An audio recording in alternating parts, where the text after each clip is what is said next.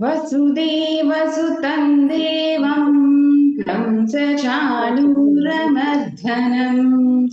देवकी परमानन्दं कृष्णं वन्दे जगद्गुरुं कृष्णं वन्दे जगद्गुरुम्।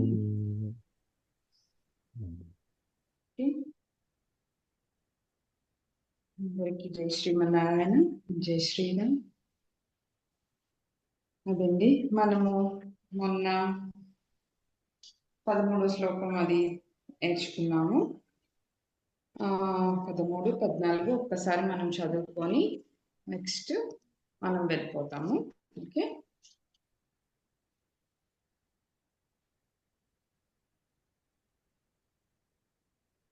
దేహినోస్మిన్ యథా దేహే కౌమారం యౌవనం జరా తథా దేహాంతర ప్రాప్తి ధీరస్తత్ర న ముహ్యతి. మనము ఇంతకు ముందరే చెప్పుకున్నట్లుగా ఈ యొక్క దేహానికి ఎలాగ బాల్యము, యవ్వనము, వార్ధక్యము, మరణము ఎలా ఎలా వస్తుందో దాన్ని మనము స్వీకరించాలి. అది దేహ చక్రము, మనము స్వీకరించాలి అని చెప్పి మనకి చెప్తున్నారు. ఈ దీనిలో అన్నమాట జీవునికి శరీరమందు బాల్యము, యవ్వనము, వార్ధక్యము అనే అవస్థలు కలుగుతున్నాయి కదా, అలాగే మరణాంతరం కూడా మనకి ఒక శరీరం వస్తుంది అని చెప్పి అనే దాన్ని మనం కలిగి ఉండాలి. ఆ జ్ఞానాన్ని కూడా మనము కలిగి ఉండాలి అని చెప్పి చెప్తున్నారు అనమాట. దాని గురించి మనం చాలా చక్కగానే మాట్లాడుకున్నాము. ఓకే, తర్వాత నెక్స్ట్ శ్లోకం వెళ్ళిపోతున్నాను. మాత్రా స్పర్శాస్తు కౌంతేయ శీతోష్ణ సుఖ దుఃఖదాః ఆగమాపాయనో నిత్యాస్త్వాం స్థితిక్షస్వ భారత.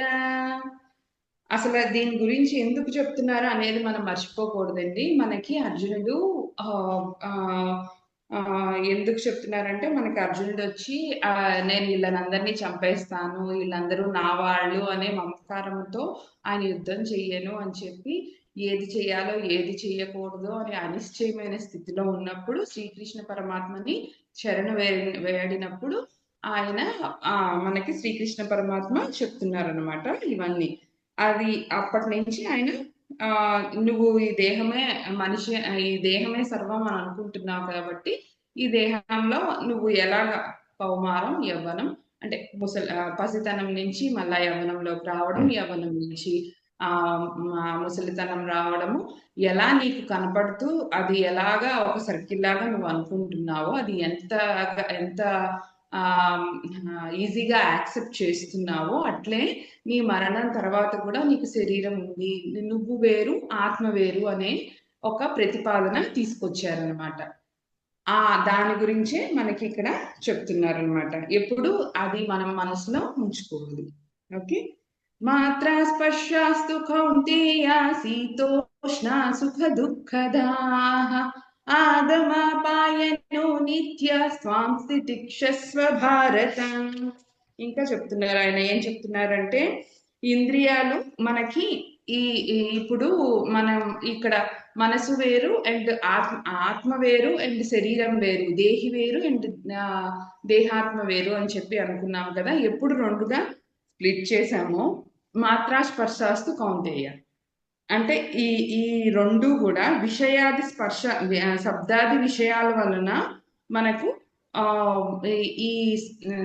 ఈ శరీరానికి సంబంధించినవే కానీ నీ ఆత్మకు సంబంధించినవి కాదు. నువ్వు వేరు చేసి చూడాలి, రెండుటిని కలపకూడదు అని చెప్పి చెప్తున్నారు అనమాట. శీతోష్ణ సుఖ దుఃఖదాహ అంటే ఇప్పుడు వేడి చల్లదనము ఎలా వచ్చి వెళ్ళిపోతూ ఉంటాయో అలాగే నీ ఇప్పుడు నువ్వు ఇట్లా శరీరాన్ని ఈసారి ఈ శరీరంలో ఉన్నావు, నెక్స్ట్ ఇంకొక శరీరంలో ఉంటావు. సో అలా వచ్చి వెళ్ళిపోతూ ఉంటాయి. ఆత్మ ఒక్కటే నీకు నిత్యంగా ఉంటుంది. ఈ శరీరం అనేది వచ్చి వెళ్ళిపోతూ ఉంటుంది. ఆగమో పాయనం నిత్య స్త్వాం స్థితిక్షస్వ భారత. ఆగమో పాయనం అంటే మనం దీనికి కూడా స్టోరీ కూడా చెప్పుకున్నామండి. సో అలా అన్నమాట. మనకి వచ్చి వెళ్ళిపోతూ ఉంటాయి అనే ఆ ఒక్క అవేర్‌నెస్‌తో నువ్వు గనక ఉన్నట్టయితే, నీకు ఈ ఈ ఈ సుఖ దుఃఖాలనేవి బాధ కలిగించవు అన్నట్టు చెప్తున్నారనమాట. ఓకే. ఈరోజు మనం కొత్త శ్లోకంలోకి వెళ్దాము. సరే, ఇంకేమైనా యాడ్ చేస్తారా సార్? లేదు, కంటిన్యూ. యం హి న వ్యధనంతే తే పురుషం పురుషర్షభా సమదుఃఖ సుఖం ధీరం సోమృతత్వాయ కల్పతే. ఇక్కడ ఇది మనకి ఈ ఈ రోజు యొక్క కొత్త శ్లోకం అండి. సో ఆయన చెప్తున్నారు ఇక్కడ పురుషర్షభ అంటే పురుషుల్లో శ్రేష్ఠుడైన ఓ అర్జున అని అర్థం అన్నమాట. ఎవరైతే ఈ శబ్దాది అంటే మామూలుగా మనకి ఈ 5 జ్ఞానేంద్రియాల వలన మనకి 5 రకాలైనటువంటి అనుభవాలు ఉన్నాయి కదండి. శబ్ద, స్పర్శ అండ్ వినికిడి, రస, జ్ఞానం అన్నట్టు ఇవన్నీ కూడా ఎవరినైతే బాధించవో, సుఖ దుఃఖాల్లో సమభావాన్ని ఎవరైతే కలిగి ఉంటారో అలాంటి వాడే ధీరుడు అని చెప్పి చెప్తున్నారనమాట. ఎప్పుడు సుఖం కలిగినా దుఃఖం కలిగినా ఒకే సమభావంతో ఉండాలన్నమాట. అలాంటి వాళ్ళే ధీరుడు అని చెప్పి చెప్తున్నారనమాట. పురుషర్షభ అంటే పురుషుల్లో శ్రేష్ఠుడైన ఓ ఇంద్రుడా ఓ అర్జునుడా అని చెప్పి ఇక్కడ అర్థం అనమాట. ఇంద్రియాలను జయించి ఇంద్రియాలను ఎప్పుడైతే నువ్వు జయిస్తావో నీ నీ యొక్క సుఖ దుఃఖాలను సమభావంలో ఎప్పుడైతే కలిగి ఉంటావో అప్పుడే నువ్వు పురుషుల్లో శ్రేష్ఠుడైనటువంటి ధీరుడు అనే ఒక దీన్ని పొందుతావు అని చెప్పి చెప్తున్నారనమాట. దీనిలో ఏం చెప్తున్నారంటే ఈయన నువ్వు నీలా ఉండు అని చెప్పి చెప్తున్నారండి, అంతే, ఇంకేం లేదు. నువ్వు నీలా ఉండు అని అంటే ఇప్పుడు సుఖం కలిగినా దుఃఖం కలిగినా కూడా మనము మనలా ఉండలేము కదా. సో ఆయన ఏం చెప్తున్నారు అంటే నువ్వు నీలా ఉండు అంటే బయట ఉండే సంఘటనల వలన నువ్వు కలవరపడద్దు. అంటే బయట ఏదైనా ఒక వస్తువు వస్తే దానికి సంతోషపడిపోవడం కానీ, ఏదైనా వస్తువు రాకపోయిన వెంటనే కుంగిపోవడం కానీ అలా నువ్వు అలవాటు చేసుకోవద్దు. నువ్వు నీలాగే ఉండు అని చెప్పి చెప్తున్నాను అనమాట. మనకి ఎవరికైనా కూడా 5 రకాలైనటువంటి ఈ జ్ఞానేంద్రియాల వలన సుఖ దుఃఖాలు అనేది కలుగుతూ ఉంటాయి కదండి. ఎవరి మనసును కలవర పెట్టదో వాళ్ళనే సోమృతత్వాయ కల్పతే అంటే అమృతత్వాయ కల్పతే. ఎవరైతే ఈ ఈ బయట యొక్క విషయాలకి మనసును కలవర పెట్టుకోకుండా జస్ట్ ఒక చూస్తూ అలాగా ఉంటారో వాళ్ళే అమృతత్వం పొందడానికి అర్హులు అని చెప్పి చెప్తున్నారండి. అమృతత్వం అంటే నాశరహితమైనటువంటి మోక్షం. నాశరహితమైనటువంటి మోక్షం అనమాట. మోక్షం మోక్షం అని అంటా ఉన్నాం. అసలు మోక్షం అంటే ఏంటి, అసలు మోక్షాన్ని ఎలా పొందాలి, అది మనకి ఈ ఆత్మజ్ఞానంలో ఒక్కొక్కటిగా నెమ్మదిగా చెప్తున్నారు అనమాట. ఎప్పుడు మనం మోక్షం పొందాలి అని అంటా ఉంటాము. అసలు మోక్షం అంటే ఏంటి, దాన్ని ఎలా పొందాలి, దాన్ని పొందాలంటే మనం ఎలా ఉండాలి. ఎప్పుడైనా మనకి ఒక వే అనేది తెలిస్తేనే కదండి. ఇప్పుడు డెస్టినీ మనకి ఫిక్స్ అయిపోయింది, ఇక్కడ నుంచి నేను హైదరాబాద్ వెళ్ళాలంటే నాకు వే అనేది తెలియాలి కదా. నాకు వే తెలిస్తేనే నేను కార్లో వెళ్తానో, బస్సులో వెళ్తానో, నడుచుకుంటూ వెళ్తానో, ఎలా వెళ్ళాలన్నా నాకు వే అనేది తెలియాలి. ఆ వే తెలిస్తేనే కదా డెస్టినీకి నేను రీచ్ అవ్వగలను. సో మన డెస్టినీ అనేది మోక్షం అయినప్పుడు మా మోక్షానికి నువ్వు ఏమేమి అర్హతలను కలిగి ఉండాలి అనేది మనకి ఇక్కడ ఆత్మజ్ఞానంలో చెప్తూ ఉన్నారు అనమాట శ్రీకృష్ణ పరమాత్మ. ఏమంటే ఈ ఈ మోక్షం పొందాలి అంటే అసలు మోక్ష అంటే ఏంటి, నాశనం లేకుండా మళ్ళా మనం పరమాత్మలో ఐక్యమైపోవడం. అది మనం ఎక్కడి నుంచి వచ్చాము అనేది మనం తెలుసుకున్నామంటే మళ్ళా అక్కడికి వెళ్ళడం ఎలాగా అనేది తెలుసుకోవచ్చు. అందుకోసమనే చాలా సింపుల్ గా నువ్వెవరని మీరు స్టోరీ వినే ఉంటారు. నాకు ఎవరు చెప్పారు అనేది పూర్తిగా తెలియదు కానీ ఆ పండితులు ఎవరో అడుగుతారంట. వచ్చినప్పుడు ఎవరైనా ఆయన దగ్గరికి ఒక శిష్యుడు వచ్చినప్పుడు అడుగుతారంట, నువ్వెవరు అంటే, నేను ఇలా పలానా వాళ్ళ అమ్మాయిని అంటే, నువ్వెవరు అంటే ఆయనకి ఆన్సర్ వచ్చినంత వరకు ఆయనకి అది కాదు కావాల్సింది. అలా మనం ఆత్మ విచారణ అనేది చేసుకోవాలన్నమాట. ప్రతిదీ కూడా ఆత్మ విచారణ చేసుకుంటూ మనం ఎక్కడి నుంచి వచ్చాము అనేది మనం తెలుసుకోగలిగితే మళ్ళా అక్కడికి ఎలా వెళ్ళాలి అనేది మనకి తెలుస్తుందన్నమాట. సో, ఏ బయట జరిగే ఏ యొక్క విషయాలు కూడా మనల్ని కలవరపెట్టకూడదనమాట. ఆ స్థితికి చేరాలి అంటే చెప్పడం చాలా ఈజీ. కానీ దానికి చాలా ప్రాక్టీస్ కావాలండి. అందుకోసమని ఇప్పుడు నాకు దెబ్బ తగిలింది. ద ఇప్పుడు కాలుకి దెబ్బ తగిలింది. దానికి నొప్పి వస్తున్నా గూడా నేను పట్టించుకోకుండా డాక్టర్ దగ్గరికెళ్ళకుండా అలాగే వదిలేయడం కూడా కరెక్ట్ కాదు. నువ్వు యాక్సెప్ట్ చెయ్యి. నువ్వు ఏదో చేసావు, ఏదో ఉంది, నీకేదో పెద్దది జరగాలి. కానీ నీకు చాలా చిన్న దెబ్బతో నువ్వు ఎస్కేప్ అయిపోయావు. So, accept it. జస్ట్ అది ఈరోజు తగిలింది, రేపు పోతుంది. సో, నువ్వు దాంతో పాటు లీడ్ చేయొద్దు. అంటే ఆ నొప్పి ఇంకా నీకు పెరుగుతుందనమాట. ఆ నొప్పి ఉంది. ఈరోజు నొప్పి ఉంటుంది. ఎందుకంటే ఈరోజే కదా తగిలింది. సో, రేపటికి నాకు ఈ నొప్పి అనేది తగ్గిపోతుంది అనేది యాక్సెప్ట్ చేయమంటున్నారనమాట అది. ఓకే. దాంతో పాటు ట్రావెల్ చేయకుండా ఒక యాక్సెప్టెన్సీ భావన పెంచుకొని మనము సుఖంలో గాని, దుఃఖంలో గాని మనకి ఒకే ఒక నిశ్చలమైన స్థితిని కలిగి ఉండాలన్నమాట. ఎప్పుడైనా వాటర్ అనేది ఎంత నిశ్చలంగా ఉంటాదో అప్పుడే దాని యొక్క ప్యూరిటీ తెలుస్తుంది. దాని కింద అడుగులు ఏముంది అనేది తెలుస్తుంది. సో, మన మనసు ఎప్పుడైతే ప్రశాంతంగా ఉంటుందో అదే మన యొక్క నిశ్చలమైన స్థితి అన్నమాట. అండ్ ఆత్మ యొక్క స్వభావం ప్రతి ఒక్కరికి ఆత్మ యొక్క స్వభావం అనేది అలాగే ఉంటుందన్నమాట. సో, మనం అది అది తెలుసుకోవాలి అంటే ధ్యానం చేయాలి. అండ్ నేను కొన్ని కొన్ని చెప్పాను కదండి, ఆ ప్రాక్టీసెస్ అన్నీ కూడా చేస్తేనే మీకు కొంచెమైనా అసలు ఏం జరుగుతుంది, అసలు మనం ఎవరము, మనం ఎక్కడి నుంచి వచ్చాము, ఎప్పుడు మనం 24 అవర్స్ బయట బయట ప్రపంచం గురించి ఆలోచిస్తూ ఉంటాం. అండ్ బయట ప్రపంచంలోనే ఉంటాము. ఏం చేయాలి అనేది చూస్తూ ఉంటాం. కానీ ఇన్నర్ లోపలికి కూడా ఒక రోజుకి ఒక హాఫ్ అన్ అవర్, 45 మినిట్స్, లేదు ఒక 10 మినిట్స్, 15 మినిట్స్ చాలు. అది అలవాటు చేసుకోండి ఇన్నర్ కాన్షియస్ కి వెళ్ళేదానికి అనమాట. అప్పుడు మీకు దానివల్ల ఏం ప్రయోజనం అని అంటే, మీకు నెక్స్ట్ జరిగే పనులు కూడా చాలా ఈజీగా జరిగిపోతాయి.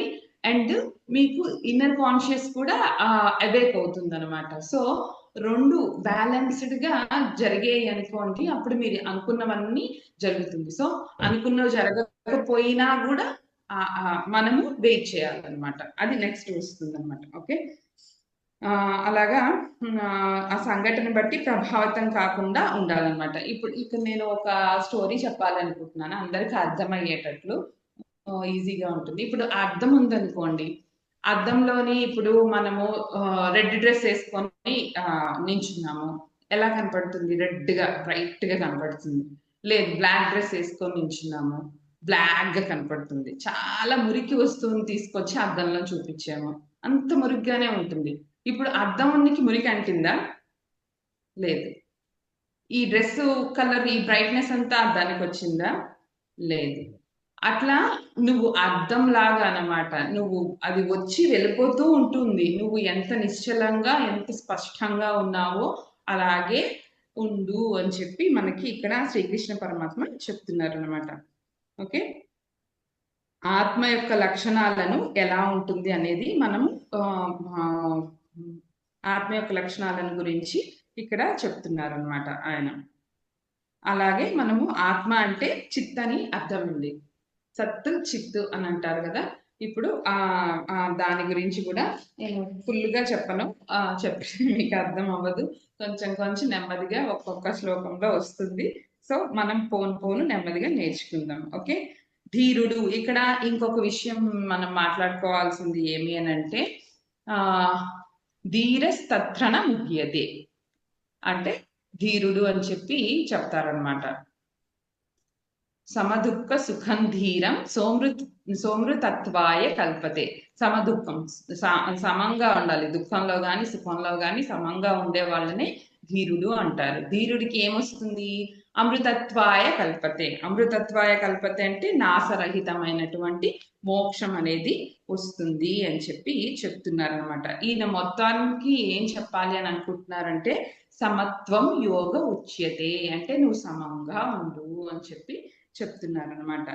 ఎప్పుడు కూడా మనము ఏ వికారాలు కలిగినా కూడా ఈ వికారాలు అంటే సుఖ దుఃఖాలు అని అనుకోండి. ఓకే, ఈ ఈ వీటి వలన మన యొక్క సహజ స్థితిని కోల్పోకుండా ఉండాలి అని చెప్పి చెప్తున్నారు, అంతే.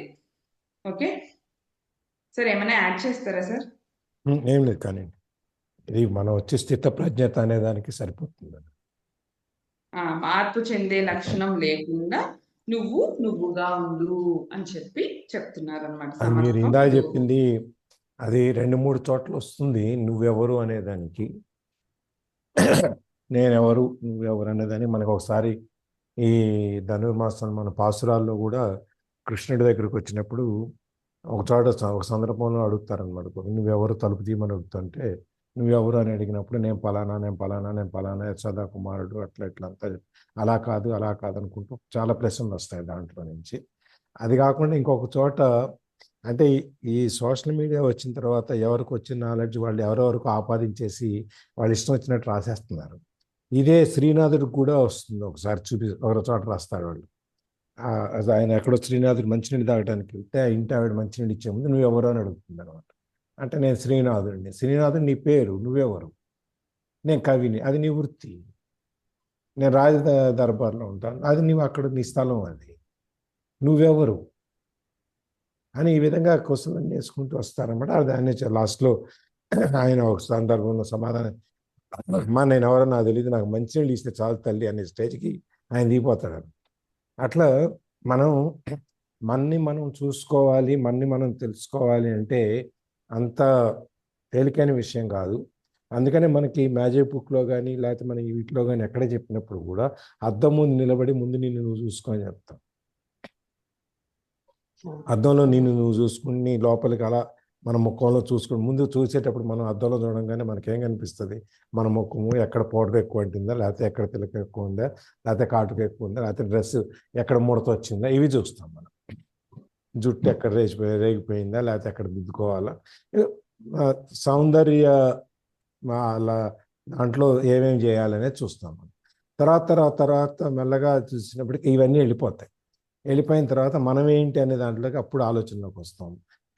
మన కళ్ళలో మనం కలుసు పెట్టి చూసుకోవటం ఇవన్నీ మొదలవుతాయి. అది మనం ఎవరు అనేది నేనేంటి అనేది తెలుసుకోవటానికి కొంచెం కష్టపడాలి, చాలా టైం పడుతుంది. కాకపోతే ఓ ప్రయత్నం అనేది మాత్రం చేయాలి. చేస్తే ఇప్పుడు మనోహర్ గారు చెప్పినట్టు మనం విపాసనాకి వెళ్ళి ఆవిడ 10 రోజుల నుండి వచ్చినప్పుడు ఆవిడ చెప్తున్నారు, నిన్న ఫస్ట్ 2 days నాకు కళ్ళము నీళ్లు వచ్చేసినాయండి, ఏం తెలియలేదు అసలు.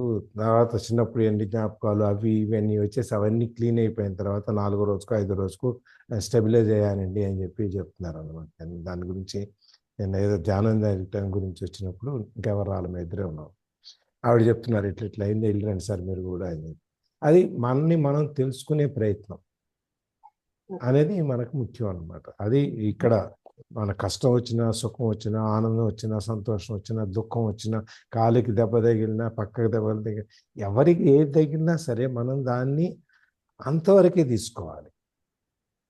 మనం చూసే వస్తువుని అంతవరకే చూడాలి, కానీ దాని వెనకెళ్ళవు. ఇప్పుడు నేనేదో పెద్ద బిల్డింగ్ కనపడింది అనుకోండి, ఇంత పెద్ద బిల్డింగ్ ఉంది, దీనికి ఎంత ఆస్తుందో ఏంటో, ఎంత సంపాదిస్తారో, వీళ్ళకి వెనకాల నుంచి ఎంత ఇచ్చారో, వాళ్ళ తాతల ముత్తాతల నుంచి ఎంత వచ్చిందో, ఇదంతా న్యాయంగా సంపాదించిందనా అన్యాయంగా సంపాదించింది ఎంత ఉందో, ఇందులో ఈ ఆలోచనలన్నీ మనకు అనవసరం. మనకు చూడంగానే ఏం చేస్తాం, వెంటనే మన ఆలోచనలన్నీ వెనకెక్కడెక్కడికో వెళ్ళిపోతాయి. ఇదంతా సొంత కష్టపడి కట్టింది అయితే ఇంతెందుకు ఉంటుంది, సంపాదించింది అయితే అని లేదు. బస్సులో అయితే లేదు, పలానా ఉండేవాళ్ళు ఇప్పుడు ఎంత పోయి వచ్చారు, అది అట్లా రకరకాల ఆలోచనలు. అవి అన్ని మనకు అనవసరం. నీ బిల్డింగ్ బాగుంది, అమ్మ మీ బిల్డింగ్ బాగుంది, చాలా బాగుంది, చల్లగా ఉంది, లోపలికి వస్తే అంతవరకు మన పని అయిపోయింది. వాళ్ళు ఎట్లా సంపాదించుకుంటే మనకెందుకు, వాళ్ళు ఎట్లా పెట్టుకుంటే మనకెందుకు, ఇటలీ నుంచి తెప్పించుకుంటే మనకెందుకు, ప్యారిస్ నుంచి తెప్పించుకుంటే మనకెందుకు, ఇవన్నీ మనకు అనవసరమైన విషయాలు. కానీ మనం మన ఆలోచనని అక్కడికి తీసుకెళ్తాం. జ్యోతి వాడు ప్రమాణాన్ని పట్టుచీర కట్టింది, కంచి పట్టుచీర ₹1,00,000 తక్కువ ఉండదు, బాగా కేకులు బాగా అమ్మి సంపాదిస్తున్నట్టుంది. ఇవన్నీ మనకు అనవసరమైన విషయాలు. అది మనం దాన్ని అదే విధంగా చూడగలిగిన మనస్తత్వాన్ని మనం డెవలప్ చేసుకోగలగాలన్నమాట. మనం అప్పుడు ఆనందంగా ఉండగలుగుతాం, సంతోషంగా ఉండగలుగుతాం. అది విషయాన్ని విషయంగా ఆలోచన చేస్తున్నామో అప్పుడు అసంతృప్తి ఎక్కువైపోద్ది. విషయాన్ని విషయంగా చూడగలగాలన్నమాట, అంతేగాని తవ్వకూడదు. అది మనకి ఇక్కడ చెప్పేది, ఇంత చేసేది ఏంటంటే ఈ విధంగా అయినటువంటి మనస్తత్వాన్ని కనుక మనం ఏర్పరచుకోగలిగితే, అది ఎవరు ఏర్పరచుకోగలరు అంటే ధీరులు, ధైర్యశాలు, ధైర్యం ఉన్న వాళ్ళు. దానికి చాలా ధైర్యం కావాలని చెప్తున్నాడు ఆయన. అందుకని అట్లాంటి వాళ్ళే ఇట్లాంటి మనస్తత్వాన్ని అవలంబించగలుగుతారు. ఆ మనస్తత్వం వచ్చినప్పుడు మనం ఎప్పుడైతే దేనికి ఏ విధంగా స్పందించకుండా ఉంటాం,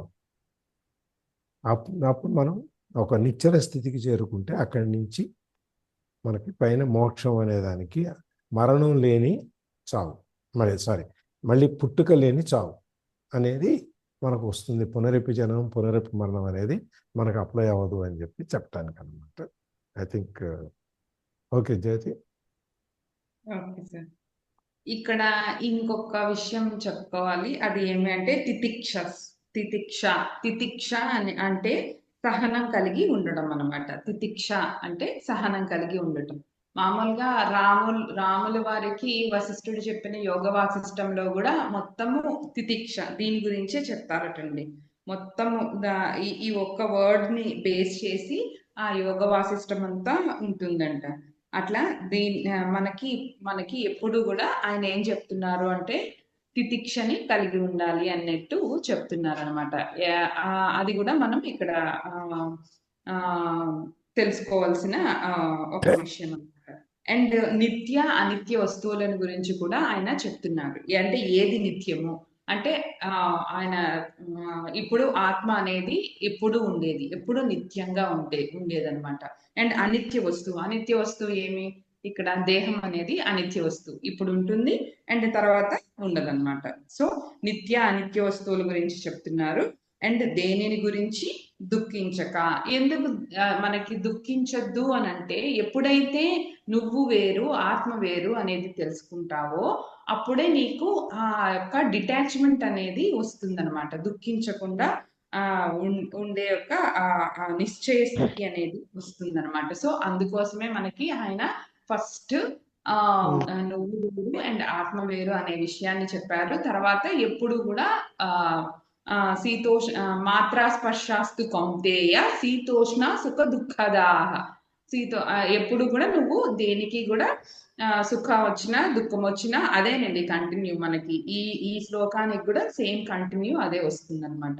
ఎప్పుడు కూడా నువ్వు స్థిరంగా ఉండు. ఆగమ పాయనో నిత్యాస్, అది వస్తూ ఉంటాయి అండ్ పోతూ ఉంటాయి, కానీ నువ్వు స్థిరంగా ఉండు.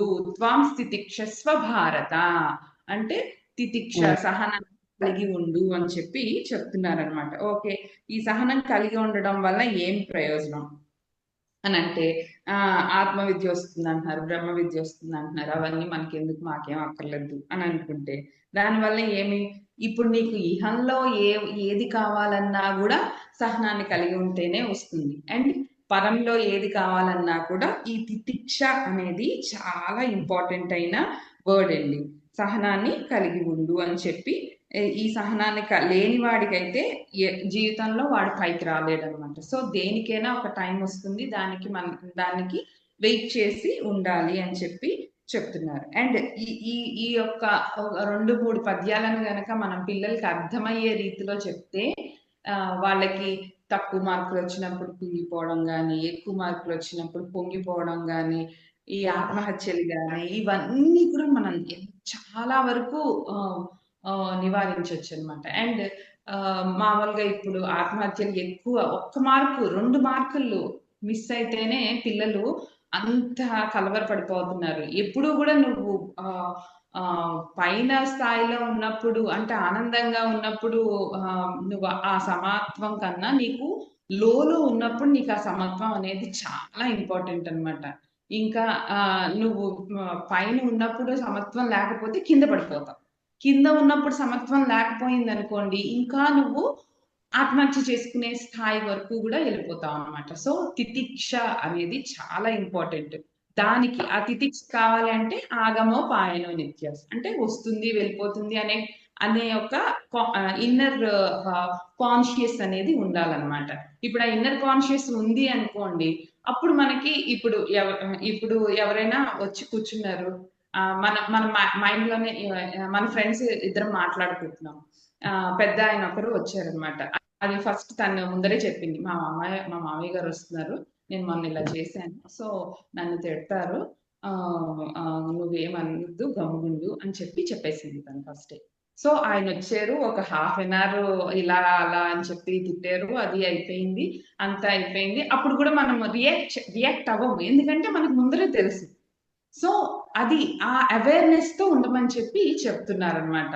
అప్పుడు ఈయన వెళ్ళిపోతారులే, ఇంకొక 10 నిమిషాల్లో వెళ్ళిపోతారు, ఆయన టైం అయిపోయింది, ఇప్పుడు వాళ్ళ ఫ్రెండ్ వస్తారు వెళ్ళిపోతారు అని మనకి మెసేజ్ వచ్చింది మళ్ళీ. సో ఈయన వెళ్ళిపోతారు ఇప్పుడు అంటే ఆ యొక్క అవేర్నెస్ తో మనం ఉండాలన్నమాట. అవేర్నెస్ తో ఉన్నప్పుడు మనము అప్పుడు ఆగమో పాయనో నిత్యాస, వస్తారు వెళ్ళిపోతారు అని ఆ అవేర్నెస్ తో ఉన్నప్పుడు ఈ శీతోష్ణ సుఖ దుఃఖద ఇదే సుఖాలకి దుఃఖాలకి మనం లొంగిపోకుండా కుంగిపోకుండా తితిక్ష అంటే సహనాన్ని కలిగి ఉండాలి అని చెప్పి మనకి ఇక్కడ చెప్తున్నారు.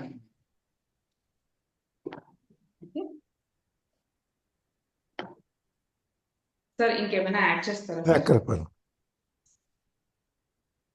ఓకే, 16th శ్లోకం అండి. సార్ బుక్ షేర్ చేస్తానన్నారు, ఏది? భగవద్గీతది. నిన్న ఏమో బుక్ షేర్ చేశారు కదా, ఈ రోజు కూడా షేర్ చేస్తారా?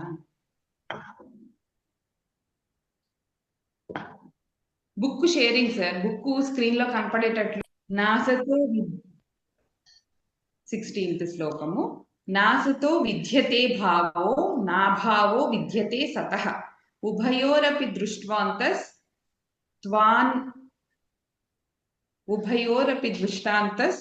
త్వాన్యోస్ తత్వదర్శిభిః. ఇక్కడ మనకి చెప్తున్నారు ఏంటంటే, నాసతో విద్యతే భావో నాభావో విద్యతే సతః ఉభయోరపి దృష్టాంతస్ త్వనయోస్ తత్వదర్శిభిః అని చెప్పి ఇక్కడ ఈ శ్లోకం అండి, 16వ శ్లోకము. ఇక్కడ ఏమని చెప్పాలి అని అనుకుంటున్నారంటే, అసత్యములైనటువంటి వాటి గురించి, అంటే అసత్యమైన ఏవి ఫస్ట్ నుంచి ఉన్నాయో అవి ఎప్పటికీ ఉంటాయి, ఏవి లేవో అవి ఎప్పటికీ ఉండవు. అలాంటి వాటి గురించి నువ్వు దుఃఖించాల్సిన అవసరం లేదు అని చెప్పి చెప్తున్నారు. అంటే మనకి ఆత్మ అనేది ఎప్పుడూ ఉండేదన్నమాట.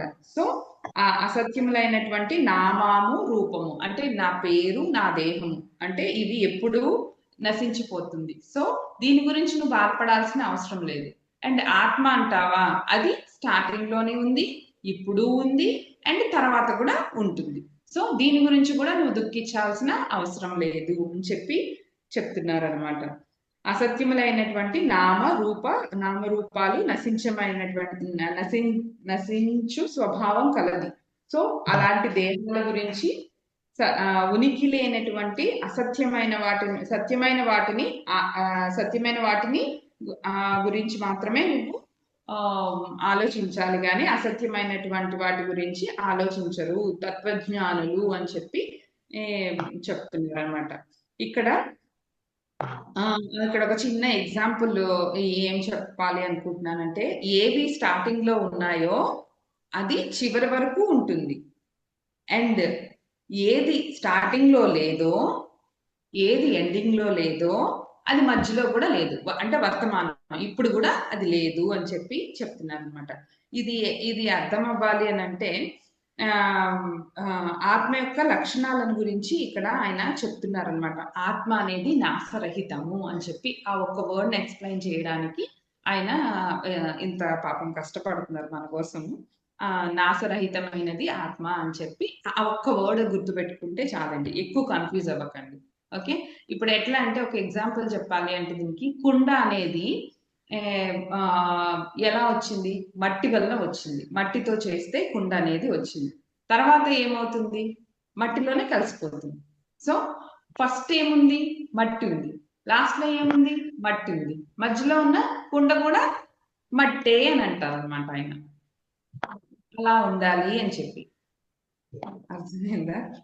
ఓకే, మీరు ఎక్స్ప్లెయిన్ చేయండి సార్. నిన్న ప్రత్యూష మేము ఒక వీడియో పెట్టారు సాయిబాబాది.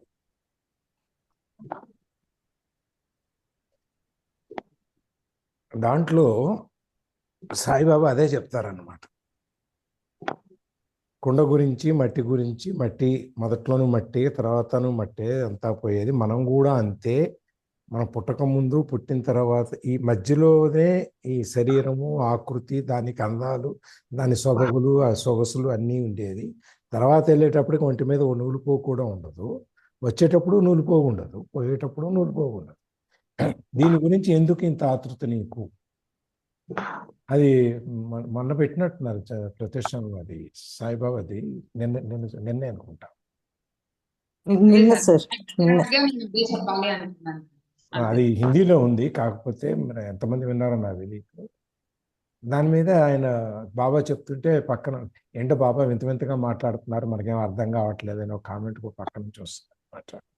బట్ ఆయన చెప్పింది ఇప్పుడు ఈ సామెత కరెక్ట్గా ఆయన దాంట్లో చెప్తారు ఆ వీడియోలో. ట్రై చేసి చూడండి, మీరు అర్థమవుతుంది. అదే సార్, నేను చెప్పాలనుకునేది కూడా సేమ్ అదే అనమాట. ఏందో ఈ పిల్ల ఏదేదో చెప్తుంది, హాయిగా ఏదో స్టోరీ చెప్పచ్చు కదా అని అనుకోవచ్చు అందరూ. కానీ నేను మాక్సిమం ఎగ్జాంపుల్స్ పెట్టి చెప్పాలి అనుకునింది ఎక్స్ప్లెయిన్ చేస్తున్నానండి. కానీ కొంచెం మీ వైపు నుంచి మీకు కావాలంటే నేను ఒకసారి ఆ వీడియో ప్లే చేయనా? చేయండి సార్. అదే మళ్ళీ వెళ్ళి ఒక్క నిమిషం. Give me 1 minute. మన వాళ్ళందరూ స్మార్ట్ గా 24 hours డిలీట్ ఆప్షన్ పెడుతున్నారు. రోజు ఎవరు డిలీట్ చేస్తారు ఈ మెసేజ్లన్నీ? పక్క రికార్డ్ అవుతుంది. ఒక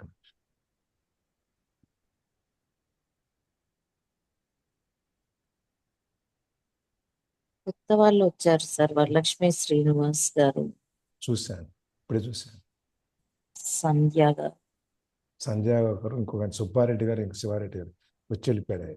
నిన్న వచ్చి వెళ్ళారు, ఇవాళ వచ్చి వెళ్ళారు.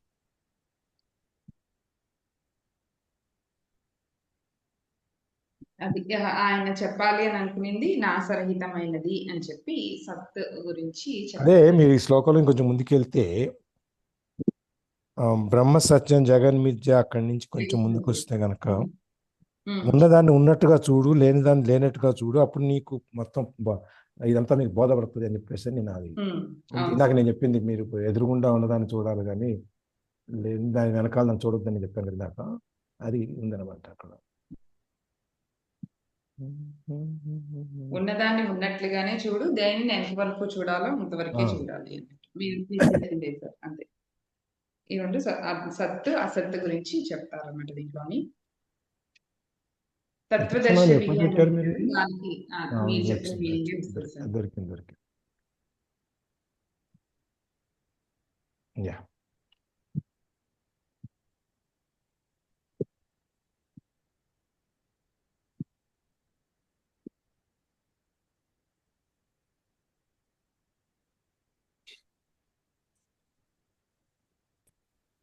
కనిపిస్తుందా? కనపడుతుంది సార్. क्या हुआ साई बेटे? माँ, मटका भी मिट्टी का, ये शरीर भी मिट्टी का, मिट्टी मिट्टी में मिल जाती है। हम ये जानते हैं, फिर भी समझने के लिए तैयार नहीं। जब अंत मालूम है तो उसके लिए परेशान क्यों होते हैं? అర్థమైందా? సార్ చెప్పాలా? తెలుగులో చెప్పాలా అండి? అర్థమైందా? చెప్పండి సార్, ఒకసారి చెప్పండి. కూడా హిందీ. కుండ శరీరము రెండు మట్టితోనే తయారైనవి, మట్టిలోనే కలిసిపోతాయి. దీనికోసం మనం ఎందుకు ఇంత ఆతృత పడుతున్నాము అని చెప్తూ, మనకి ఈ ఎండ్ అనేది అంతం అనేది ఉందని మనకు తెలుసు. తెలిసినా కూడా మనం ఎక్కువగా దీని గురించి మనం బాధపడతా ఉంటాము అని చెప్పి అన్నమాట. क्यों क्रोध करते हैं उस पर? ये दिवाली के दिन साईं बाबा कैसी बातें कर रहे हैं? आजकल साईं बाबा की बातें हमारी समझ में नहीं आती। कुछ बातें मेरी समझ में भी नहीं आती हैं। जब पता है जो बना है वो टूटेगा ही टूटेगा, तो उसके टूटने पर अफसोस क्यों करते हैं? కొన్ని నాకు అర్థం కాదు, కానీ ఏదైనా తయారు చేసాము అంటే ఆ తయారు చేసింది మళ్ళీ పగిలిపోవటం అనేది అంటే పాడైపోవటం, నాశనం అవటం అనేది, విచ్ఛిన్నం అవటం అనేది కంపల్సరీగా ఉండింది. తెలిసిన దాని గురించి ఎందుకు మనం దాని గురించి అంత బాధపడుతుంటాము అని. उसे तो कोई अफसोस नहीं होता टूटने का जिसने हम सबको बनाया है। మన అందరు తయారు చేసిన భగవంతుడికి ఈ గ్లాసు కానివ్వండి, వస్తువు కానివ్వండి, మనిషి కానివ్వండి, ఇవి విచ్ఛిన్నం అవటం గురించి ఆయనకేమి దాని గురించి బాధ లేదు. तरह तरह के रंग बिरंगे कितने सारे मटके, कितने कितने सारे, और हर मटका एक दूसरे से अलग। हर मटके की किस्मत अलग। మనం ఎన్నో రకాల రంగురంగులతో కుండలు తయారు చేస్తుంటాము, కానీ ఏ కుండ కాకుండా ప్రత్యేకమే. దేని యొక్క కర్మ, దాని యొక్క తలరాత ఏదైతే ఉందో నుదుటి రాత, దానికే విడిగా సపరేట్గానే ఉంటుంది. అన్నిటికీ ఒకటే రాత ఉండదు. అంటే ఇప్పుడు మన మనుషులం కూడా మనం ఎక్కడెక్కడో పుడతాము, ఎక్కడెక్కడో పెరుగుతాము, ఏదో బ్యాక్గ్రౌండ్లో ఉంటాము. తినటానికి లేనివాడు ఒకడు ఉంటాడు, తినదరక్క ఏం చేయాలో తెలియని వాడు ఇంకొకడు ఉంటాడు. ఈ విధంగా ఉన్నా కూడా చివరికి వచ్చేటప్పటికి అందరం అక్కడ చేరాల్సిన వాళ్ళమే. कुछ बनते बनते फूट जाते हैं, कुछ बनते ही फूट जाते हैं। हाँ, कुछ चलते हैं, कब टूटेंगे पता नहीं। కొన్ని తయారు చేసేటప్పుడే విరిగిపోతాయి, కొన్ని చేస్తూ చేస్తూ ఉండగా కొంత అయిన తర్వాత విరిగిపోతాయి, కొన్ని కొన్నాళ్ళ పాటు ఉండిన తర్వాత విరిగిపోతాయి. ఇప్పుడు మనం మట్టి కుండలు చేసేటప్పుడు తయారు చేసేటప్పుడు కొన్ని ఫామ్ అవ్వదు, తీసి మళ్ళీ మట్టిలో కలిపేసి ఉండ చేసేసి మళ్ళీ తయారు చేయటం మొదలు పెడతారు. అదే కొన్ని కాల్చేటప్పుడు విరిగిపోతాయి. మట్టి కుండల్ని కాలుస్తారు, కాల్చేటప్పుడు విరిగిపోతాయి. కొన్ని షేప్ అయ్యి వచ్చిన తర్వాత మనకి కొన్నాళ్ళు మన ఇంట్లలోనో దానికి ఏదో పెయింటింగ్ వేసో రకరకాలుగా వేసో దానికి కొన్నాళ్ళు ఉంటాయి. తర్వాత మళ్ళీ ఒక స్టేజ్ తర్వాత దాని పని కూడా అదే. लेकिन टूटेंगे जरूर, क्योंकि मिट्टी को मिट्टी ही होना है। పగిలిపోవటం, విచ్ఛిన్నం అవటం అనేది కంపల్సరీ, అది జరుగుతుంది. ఎందుకంటే మట్టిలోనే కలవాలి. वाह, कमाल है ऊपर वाले तेरा। భగవంతుడా, నీది చాలా అద్భుతమైన విషయము, నీది చాలా అద్భుతంగా ఉంటుంది నువ్వు చేసే లీల అని చెప్పి ఆయన అక్కడ చెప్తున్నారు అన్నమాట.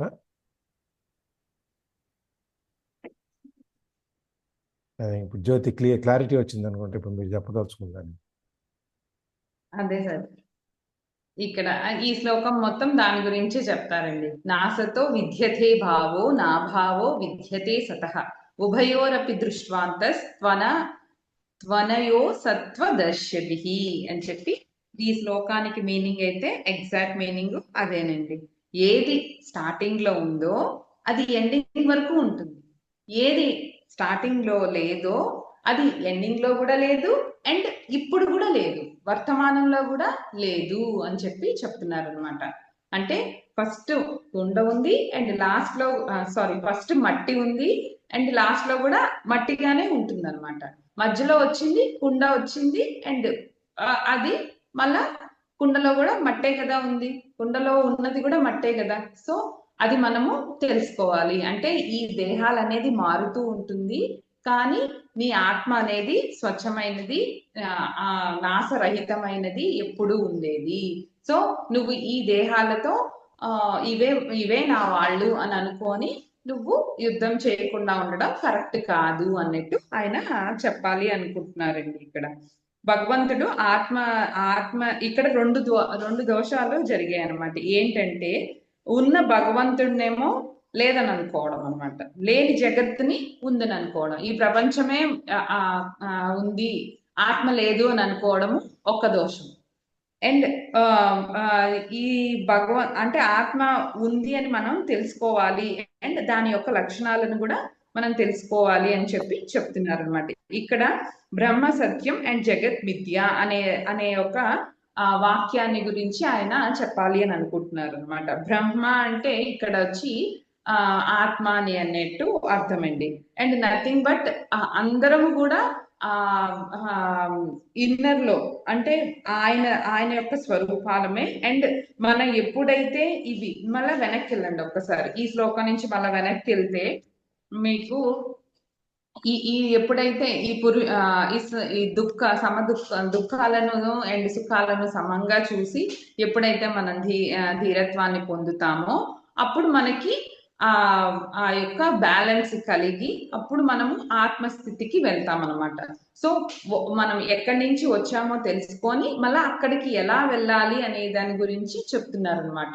అందువల్ల నువ్వు ఎప్పుడు కూడా ఈ నాశరహితమైనటువంటి వాటి గురించి ఆలోచించక ఈ దేహాల గురించి ఆలోచించద్దు అని చెప్పి ఆయన శ్రీకృష్ణ పరమాత్మ చెప్తున్నారు అనమాట. సార్ ఏమైనా యాడ్ చేస్తారా సార్? ఇంకేం అక్కర్లేదు, అదే మనం ఇందాక అనుకున్నదే ఇందులో కూడా చెప్పింది. ఉన్నది ఉన్నట్టుగా చూడు, లేని దాన్ని లేనట్టుగా చూడు, అప్పుడు నీకు ఈ దుఃఖం అతిశయం ఏం ఉండవు, శాంతికి మార్గం అదే వస్తుంది అని చెప్పి. ఇప్పుడు దుఃఖరాహిత్యము అనేది మనకి ఎప్పుడు వస్తుంది? మనం ఏదైనా కష్టం వస్తే దుఃఖించకుండా దాన్ని ఓకే ఇది ఒక ప్రవాహం, ఈ వరవల్లో ఇది ఒక భాగము కాబట్టి ఇది ఉండదు, మళ్ళీ మారిపోతుంది అనేటువంటి భావం మనకి ఎప్పుడు వస్తుంది? ఇది నాది కాదు, వచ్చేది నాది కాదు, పోయేది నాది కాదు అనుకున్నప్పుడే వస్తుంది. అది పెంచుకోవాలి మనం అందుకోవచ్చు. అందుకని ఆలోచనలు కానీ ఇప్పుడు మనం మెడిటేషన్ చేసేటప్పుడు ధ్యానం చేసేటప్పుడు కూర్చుంటే కళ్ళు మూసుకున్నాక రకరకాల ఆలోచనలన్నీ వస్తుంటాయి. ఒక ఆలోచన తర్వాత ఒకటి, ఒకటి తర్వాత ఒకటి ఎంత మొరడుగా వస్తాయంటే ఆ ఫోర్స్ ఫ్లో ఎక్కువ ఉంటుంది అన్నమాట. మెల్లమెల్లమెల్లగా ఏమవుతుంది, అట్లాగే కూర్చున్న తర్వాత తగ్గుతాయి, తర్వాత ఇంకా తగ్గుతాయి, తర్వాత రాను రాను ఆలోచనకి మధ్యలో గ్యాప్ పెరుగుతూ ఉంటుంది. అది మన శూన్యస్థితి. అది అక్కడి నుంచి మనం పూర్తి ఆలోచన రహిత స్థితికి మనం చేరుకోవడం జరుగుతుంది. ఎప్పుడైతే మనం ఆలోచన రహిత స్థితికి చేరుకోగలుగుతామో అప్పుడు దుఃఖరాహిత్యం కానీ సుఖరాహిత్యం కానీ కష్టం కానీ ఇవేమీ ఉండవు.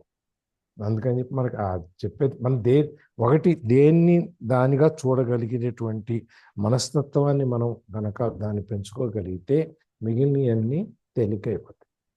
దాన్ని వెనక్కి వెళ్ళి చూడట్లేదు, యాక్సెప్ట్ చేయడం యాక్సెప్ట్ చేయాలి. అది యాక్సెప్ట్ చేసినప్పుడు కూడా ఏం చేస్తాం మనం, మన కష్టం ఎక్కడ వస్తుందంటే మన అవతల వ్యక్తి దగ్గర నుంచి ఎక్కువ ఆశించినప్పుడు అది జరగకపోతే మనకి కష్టం వస్తుంది. ఎంతో చేస్తాడు అనుకున్నాం, ₹1,00,000 ఇస్తాడు అనుకుంటే 5,000 ఇచ్చి పంపించాడు, అంత ఏం చేసుకుని వస్తాడు ఉన్నదంతా అని చెప్పి తిట్టుకుంటూ వస్తాం. అది ఇచ్చినంత తీసుకుందాంలే అని చెప్పి అనుకొని వెళ్ళాం అనుకోండి, 5,000 ఇచ్చిన కళ్ళు కత్తుకొని తెచ్చుకుంటాం, 10,000 ఇచ్చిన కళ్ళు కత్తుకొని తెచ్చుకుంటాం. అది మనకు అవసరాలు తర్వాత మనస్తత్వాలు అవన్నీ వేరు. దాని గురించి మనం ఏదైనా విషయాన్ని విషయంగా చూడగలగాలి, దాని వెనక లోతుల్లోకి వెళ్ళొద్దు. మంచివాళ్ళ చెడ్డవాళ్ళ, వీళ్ళకి ఈ లక్షణాలు ఉన్నాయి, ఆ లక్షణాలు ఉన్నాయి, ఆ విధంగా కనపడతారు, ఈ విధంగా కనపడతారు, ఇవన్నీ మనకెందుకు? మనకు అనవసరమైన విషయాలు అయ్యాయి. నీతో మాట్లాడినంతసేపు నీకు గౌరవం ఇచ్చి మాట్లాడాడు, నువ్వు చెప్పింది విన్నాడా లేదా, అయిపోయింది నీకు అక్కడితో. ఇక అవతల అట్లా ఇట్లా అంట, నేను నావ చెప్పింది నాకు ఏమి చెప్పింది, ఆయన చెప్పాడు ఈయన గురించి, ఇవన్నీ మనకు అనవసరం. దానివల్ల మనకు వచ్చే ఉపయోగం లేదు. అందుకని అక్కడ చెప్పేది విషయాన్ని విషయంగా చూసి సమదుఃఖ పరిస్థితి మొత్తాన్ని సమానత్వంగా కనుక కష్టాన్ని సుఖాన్ని వేడొచ్చినా చలి వచ్చినా ఏదొచ్చినా సమానంగా కనుక మనం దాన్ని చూడగలిగితే మనం ఈ మోక్షానికి అర్హులు అయినట్టు. మోక్షం వస్తారా అది వేరే, మోక్షానికి అర్హత అయితే వస్తుంది ముందు అట్లీస్ట్. కనీసం మోక్షం రాకపోయినా ఇప్పుడు ఉండే దాంట్లో కూడా నువ్వు హ్యాపీగా ఉండొచ్చు. అది లేకపోతే వచ్చే జన్మలో ఏ పురుగు గానో లేకపోతే ఇంకే విధంగానో పుట్టకుండా కనీసం మనిషిగానో పుట్టే అవకాశం ఉంటుంది. అదే ఓకే సార్. 17th కూడా దీనికి రిలేటెడే వస్తుంది, కొంచెమే చెప్పేయమంటారా? ఎంత టైం పడుతుంది జ్యోతి? 6:20 అవుతుంది, చూసుకో. ఒక 5 minutes కన్నా పావుగంట పడుతుంది. జ్యోతి మొదలుపెట్టిన తర్వాత ప్రవాహం ఆగుతుంది. అదే అందుకే ముందే. సరే ఓకే, ఓకే ఇంకా షేర్ చేస్తున్నారా? 17th, 18th, 19th కనీసం ఒక 3 శ్లోకాలైనా మనము నెక్స్ట్ నేర్చుకుందాము. వీలైతే రండి, ఏదైనా వీలైతే ఒక్కసారి చదువుకొని వస్తే బాగుంటుందండి. ఇదంతా ఏదో ఉన్నట్లు సరే సార్ నిన్న చెప్పినట్టు దీన్ని కొంచెం రిలేట్ చేద్దాము క్షీరసాగర మదనానికి. ఎట్లా అంటే ఇప్పుడు మనకి ఈ రోజు కూడా చెప్పింది ఆల్మోస్ట్ అదేనండి, సమ ఉచ్యతే. అంటే ఇప్పుడు మనము సుఖాలకి ఇప్పుడు రాక్షసులు అండ్ దేవతలు కదా. సో మన మన ఎప్పుడు కూడా మన మనసులోనే జరుగుతుంది క్షీరసాగర మదనం. ఇటువైపు చెడు ఆలోచనలు వస్తూ ఉంటాయి అండ్ మంచి ఆలోచనలు వస్తూ ఉంటాయి, కానీ స్టార్టింగ్ లో గెలిచేది చెడే గెలుస్తుంది.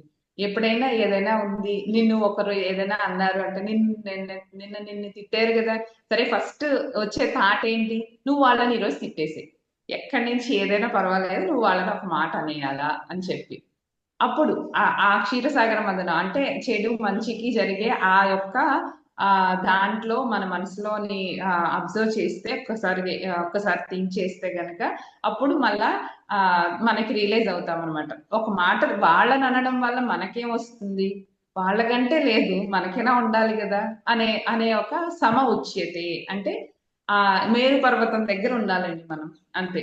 అటు అటువైపు సుఖం వైపు వెళ్ళిపోకుండా ఇటు దుఃఖాల వైపు వెళ్ళిపోకుండా సమంగా మనం మేరు పర్వతం దగ్గర ఉండాలన్నమాట.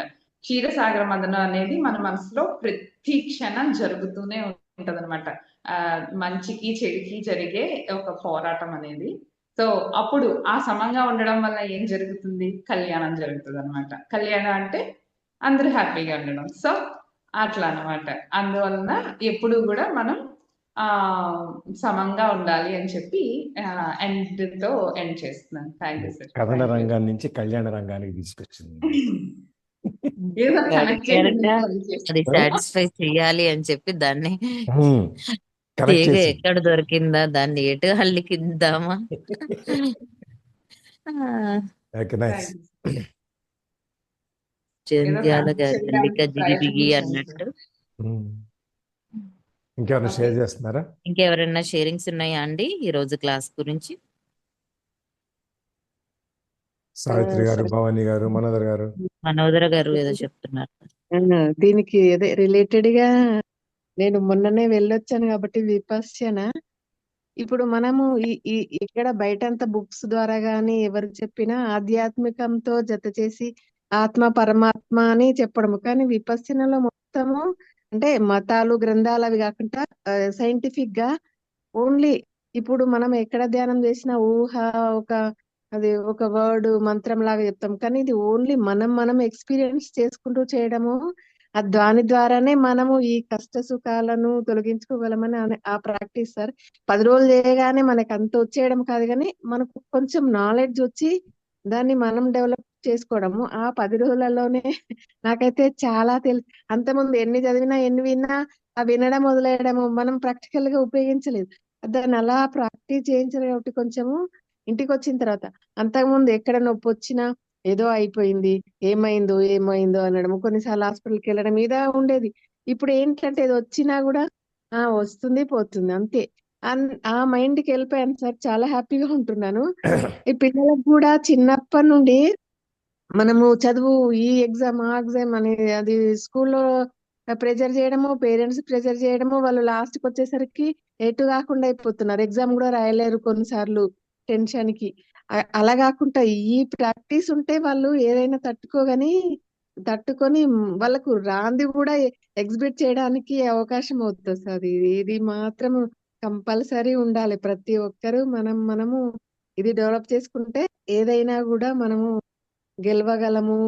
మనం ఇక సంతోషం కాదు అది ప్రశాంతంగా ఉండగలము. అదే అది ఇది కావాలి. చేసుకుంటే ఇప్పుడు జ్యోతి చెప్పినట్టు అంతా కళ్యాణం అయిపోగమే. అవును. అంతేనా జ్యోతి? అంతే sir. Okay. Great okay. Jyothi. మొత్తానికి ఎలాగైనా అంటే ప్రభావతి గారు ఏదో చెప్పాలనుకున్నారు. ప్రభావతి. జై శ్రీరామ్ మేడం. జై శ్రీరామ్. సార్ జై ఇప్పుడు శ్రీరామ్. ఆలోచన మధ్య జపము, ధ్యానము, స్తోత్రాలు ఇవి చేస్తే ఫలితము, ప్రయోజనము ఉంటుందా సార్? అంటే ధ్యానం చేసేటప్పుడా మీరు అంటుంది? అవును మేడం. ధ్యానం గాని, జపం గాని, స్తోత్రాలు గాని, దేవుడి పూజ అట్లా చేసేటప్పుడు ఆలోచన మధ్య చేస్తే దానికి ప్రయోజనము, ఫలితము ఉంటుందా? ఉండదుగా, ఆలోచన రహిత స్థితి కదా అది. అయితే అన్ని ధ్యానం రోజులు మీరు చేయకుండా కూడా ఉండకూడదు. చేస్తూ ఉంటే ఏదో ఒక రోజు అది అది ధ్యానం అనేది దానికి అదే కలుగుతుంది అనమాట. అది మొదటి విషయం ఏమంటే నీ శరీరం సహకరించాలి ధ్యానానికి. దానికి ఎక్సర్సైజ్ చేయాలి. నువ్వు ఒక 10 నిమిషాలు గమ్ముగా కూర్చోగలగాలన్నమాట. స్థిరంగా ఒక ఆసనంలో కూర్చోగలగాలి. దానికి నువ్వు ఎక్సర్సైజ్ చేస్తేనే అది కలుగుతుంది అనమాట. అది ఎప్పుడైతే నువ్వు స్థిరంగా కూర్చున్నావో అప్పుడే నీ యొక్క ధ్యానం గాని, స్తోత్రం గాని ఏదైనా కూడా ఫలిస్తుంది. అది కూడా నువ్వు పువ్వులతో చేసేది కాదు, మనసుతో చేసే పూజను నేర్చుకో. నీ పని చేస్తూనే ఉండు, నీ పని ఏముందో అది చేస్తూనే ఉండు. మనసులోని నామస్మరణ గాని, లేదంటే స్తోత్రం గాని, లేదు అని అంటే నిశ్చలంగా ఉండడం గాని, ఏ ఆలోచనలు లేకుండా ఉండే స్థితి చాలా కష్టము. కానీ ఆ స్థితి రావాలి అంటే ఫస్ట్ నువ్వు, మన మనసు అనేది కోతి లాంటిది అనమాట. దానికి ఏదో ఒకటి ఇస్తూ ఉండాలన్నమాట. ఇవ్వకపోతే అది మళ్ళా బ్యాక్ వెళ్ళిపోతుంది. అప్పుడు అలా అయింది, ఇప్పుడు ఇలా అయింది, రేపు అలా అవుతుంది, అవతల నాడు అలా అవుతుంది, దీనికి ఇలా అవుతుంది అని చాలా చెప్తుంది. సో అవన్నిటిని మనం కంట్రోల్ చేయాలి అంటే దానికి ఆడుకునేదానికి ఒక బాల్ అనేది ఇవ్వాలి, ఏదో ఒకటి ఇవ్వాలి. అది నువ్వు ఎప్పుడైతే ఇచ్చావో అప్పుడు అది కంట్రోల్డ్ గా దాంతోనే ఆడుతుంది అనమాట. ఇప్పుడు పిల్లలు ఉన్నారనుకోండి, వాళ్ళకి ఏమీ బొమ్మలు ఇవ్వలే, వచ్చి వంట సామాన్లతో ఆడుకుంటారు. సో వాళ్ళకి ఒక బొమ్మలు ప్రొవైడ్ చేసి వాళ్ళకి ఒక స్పేస్ అనేది క్రియేట్ చేస్తే ఆ స్పేస్ లోనే వాళ్ళు ఆడుకుంటారు అనమాట. అదే సేఫ్ కదా. ఇప్పుడు వంటగదిలోకి వచ్చి నువ్వు స్కూల్తో ఆడేదానికన్నా వాళ్ళకి ఒక స్పేస్ అనేది ఉంటే అది ఒక సేఫ్ ప్లేస్ అన్నట్టు అనమాట. సో అలాగా మన మనసు అనేది కోతి లాంటిది అనమాట. దానికి ఏదో ఒకటి ఇస్తూనే ఉండాలన్నమాట మనం. అది ఇవ్వకపోతే అది చెడుకు వెళ్ళేదానికి ఎక్కువ ఛాన్సెస్ ఉంది. సో నువ్వు నామస్మరణ గాని, ఏదో ఒక జపం గాని, ఏదో ఒకటి మనసులో నిత్యం అనుకుంటూ ఉన్నావు అనుకో, అన్ని కంట్రోల్ అవుతుంది. అప్పుడు జ్ఞానానికి ఒక కూర్చోవడానికి అంటే మనసుని రెడీ చేసాము అండ్ శరీరాన్ని కూడా మనం రెడీ చేయాలి. ఈ రెండింటిని రెడీ చేసినప్పుడే నువ్వు ఒక 10 మినిట్స్ చేసిన, గంటలు చేయక్కర్లే, ఒక 10 మినిట్స్ చేసినా కూడా చాలా ప్రశాంతంగా ఉంటది. సో ఆ బ్యాలెన్స్డ్ స్టేట్ అనేది వస్తుంది అనమాట. సార్ మీరు యాడ్ చేయండి సార్. అంతే. ఆవిడ ఏంటంటే చెప్పేది, అడిగేది ఏంటంటే ఇట్లా మనం చేసే పూజకి ఏదైనా ప్రయోజనం ఉంటుందా, దానివల్ల మనకు లాభం వస్తుందా అని చెప్పేసి. దానికి ఆన్సర్ అయితే లేదు, అంతే. మీరు పూజలు అనేది లాభం కోసం చేసినప్పుడు మీరు ఏం చేస్తారనే దాని మీద ఆధారపడి. మొదటి విషయం లాభం కోసం చేయకూడదు. అది మీరు ఏదో ఆశించి మీరు పూజలు, ధ్యానం, లేకపోతే ఇంకోటి ఏ పేరైనా పెట్టండి, మీరు ఏదో ఆశించి చేసినప్పుడు అది వ్యాపారం అయింది. నీకు 100 కొబ్బరికాయలు కొడతాను, నాకు ఇది ఇవ్వు, లేకపోతే నేను ఇది ఇస్తాను, నాకు అది ఇవ్వు, ఇవన్నీ వ్యాపారం. దీనికి ధ్యానానికి పూజకి సంబంధం లేదు.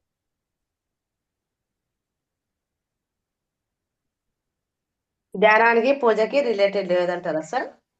ధ్యానంకి పూజకి మీరు ఆశించే దానికి సంబంధం లేదని చెప్పాను. Okay okay. అంటే దాన్ని ఇంకా మనం నెక్స్ట్ లెవెల్ కి వెళ్ళాలి. అందుకోసమే ఇవన్నీ అన్నమాట. మన ఆ లెవెల్లో ఉండిపోకూడదు అనమాట. స్టార్టింగ్ స్టేజ్ లో ఆబ్వియస్లీ ఇది జరుగుతుంది, తర్వాత స్టేజ్ కి వెళ్ళాలి అనేది మన యొక్క ఆత్రం, అంతే. మనం బిచ్చగాళ్ళు బయట అడుక్కుంటారు, గుడి బయట, మనం లోపలికి వెళ్ళి అడుక్కుంటాం. కాస్ట్లీ బిచ్చగాళ్ళం. లంచం వేసల్లా అడుక్కుంటాము మళ్ళీ అది విఐపి కూడా. క్యాటర్ మనం. లలిత దీనికి ఏమన్నా యాడ్ చేస్తావా? అంటే భక్తి వేరు, ఆధ్యాత్మికత వేరు. భక్తి అనేది భగవంతుని వేరుగా కొలవడమే. ఆధ్యాత్మికత అంటే ఆత్మారాముని సత్య చేయడం. అంటే మనలో కూడా ఉన్నాడు అంటే దైవత్వ గుణాలని. అంటే దేవుడు అనే పదం ఎలా వచ్చింది? దివ్యత్వం, దివ్యుడు ఆయన. దివ్య జీవన విధానం జీవించారు కాబట్టి ఆయన దివ్యుడు అయ్యాడు. అది రాను రాను దేవుడిగా పదము పలకలేకన్నట్టు అలా దేవుడిగా మారింది. మనము దేవుడు అంటే దివ్య జీవన విధానాన్ని ఇన్స్పిరేషన్ తీసుకుని మనం జీవించాలి. ఇంకొకటి మెడిటేషన్ లో ఆలోచనలు వస్తాయి, రాకుండా అది రావడం మంచిదా, రాకపోవడం మంచిదా? రావడమే మంచిది. అంటే నేను మాస్టర్స్ ద్వారా విన్నది ఏంటంటే అరేంజ్ చేయడం. మనకి ఏదైతే ఇప్పుడు ఫోన్ లోను మెసేజ్ స్టోరేజ్ ఎక్కువైపోయింది, అది హ్యాంగ్ అవుతుంది, కొత్త మెసేజ్ రావు. ఏదైతే వాల్యుబుల్ మెసేజ్ ఆ స్టోరేజ్ మనం చేయలేం. ఏదైతే అవసరం లేదో దాన్ని డిలీట్ చేసేస్తాము. ధ్యాన ప్రక్రియ కానీ ఆధ్యాత్మిక సాధన కానీ ఏదైతే మన చిన్నప్పటి నుంచి పర్వతంలో పేరుకుపోయి అనవసరమైన చెత్తగా ఉన్న ఆలోచనలు అన్ని కూడా డిలీట్ చేసే ప్రాసెసే ధ్యాన సాధన కానీ ఆధ్యాత్మిక సాధన కానీ. ఇంకొకటి ఈ ఆలోచన రాకుండా ఎలా అని అంటే కనుక ఆన్లైన్ స్కూల్ కి అండ్ మనం స్కూల్ కి వెళ్ళిన స్టూడెంట్ చక్కగా వింటాడు. టీచర్స్ దగ్గర ప్లెజెంట్ మోడ్ ఉంటది. పక్కన మదర్ కనిపించదు, ఫ్రెండ్స్ కనిపించరు, ఇంకేం కనబడదు. Teacher and black board full focus చేస్తాడు కాబట్టి ఫుల్ ఫోకస్ గా తను లెసన్ నేర్చుకోగలుగుతాడు సబ్జెక్ట్ ని. అలానే మనము కూడా మనం ఇంట్లో ఉండి ఇప్పుడు కిచెన్ లో ఉండి ఇదంతా వింటున్నాం. రిపీటెడ్ గా ఎప్పుడైనా చెప్పినప్పుడు సిచ్యువేషన్ బట్టి సార్ ఇలా చెప్పారు కదా, జ్యోతి గారు ఇలా చెప్పారు కదా, సుఖని నాకు గుర్తు వస్తుంది. కానీ ఇంకా లైఫ్ లో ఎక్కువ నేను డైజెస్ట్ చేసుకోవాలి 100% అంటే గురువు దగ్గరికి వెళ్ళాల్సింది. అంటే ఆధ్యాత్మిక సాధనలు ఇప్పుడు కోవకొల్లలుగా వస్తున్నాయి. ప్రవచనాలు కానీ, సమావేశాలు కానీ, సత్సంగాలు కానీ, ఈ ధ్యాన ప్రసంగాలు కానీ చాలా. అలాంటి దగ్గరికి మనం వెళ్ళినప్పుడు మనసుని ఈజీగా అక్కడ కూర్చోబెట్టి క్లాస్ రూమ్ లో ఒక స్టూడెంట్ ఎంత ప్లెజెంట్ గా 4 గోడల మధ్యలో కూర్చుని క్లాస్ వింటాడో మనం కూడా అలాంటి సత్సంగాలకు వెళ్ళినప్పుడు ఈజీగానే డైజెస్ట్ చేసుకోవచ్చు. ధ్యానంలో కూడా ఆలోచన రాకుండా ఉండాలంటే మన మనసుకి జ్ఞానం అనమాట. జ్ఞానాగ్ని దగ్ధ కర్మానం అంటే ఆ జ్ఞానం ఎప్పుడైతే ఫుల్ఫిల్ చేసుకుంటూ ఉంటామో ఇవన్నీ మనకి డిస్టర్బ్ చేయవు. ఇంట్లో ఆలోచన కానీ ఇంట్లో పరిస్థితులు కానీ ఇది నిజం కదా, అప్పుడు ఆ గురుగారు ఇలా చెప్పారు కదా, ఈ గురుగారు ఇలా చెప్పారు కదా అని మనము ఇంకా డైజెస్ట్ అయిపోతుంది 100% కూడా. అలా అనమాట. ఆలోచనలు రావాలి. ఏదైతే అనవసరమైన ఆలోచనలు బయటకు వెళ్ళిపోతుంటాయి, కానీ చేయగా చేయగా చేయగా నిశ్చల స్థితి కూడా ఈజీగానే వచ్చేస్తుంది. ఓకే అండి, థ్యాంక్ యూ. థ్యాంక్ యూ లలిత. ప్రభావతి అర్థమైందా? కొంచెం కన్ఫ్యూజ్ చేశారా? అదే నా డౌట్ ఇప్పుడు. ఇంకొంచెం కన్ఫ్యూజ్ చేశారా అర్థమైందా అని. సరే, నెక్స్ట్. ఇంకెవరైనా షేరింగ్స్ ఉన్నాయా అండి? జ్యోతి ఏదో చెప్పాలనుకుంటున్నా. ఎండింగ్ ప్రేయర్ అనుకుంటా చేసి.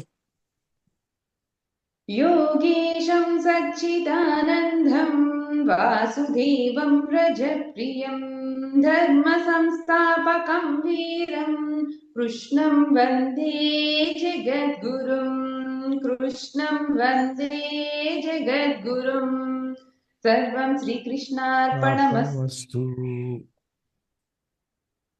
థ్యాంక్ యూ అమ్మ జ్యోతి. Thank you.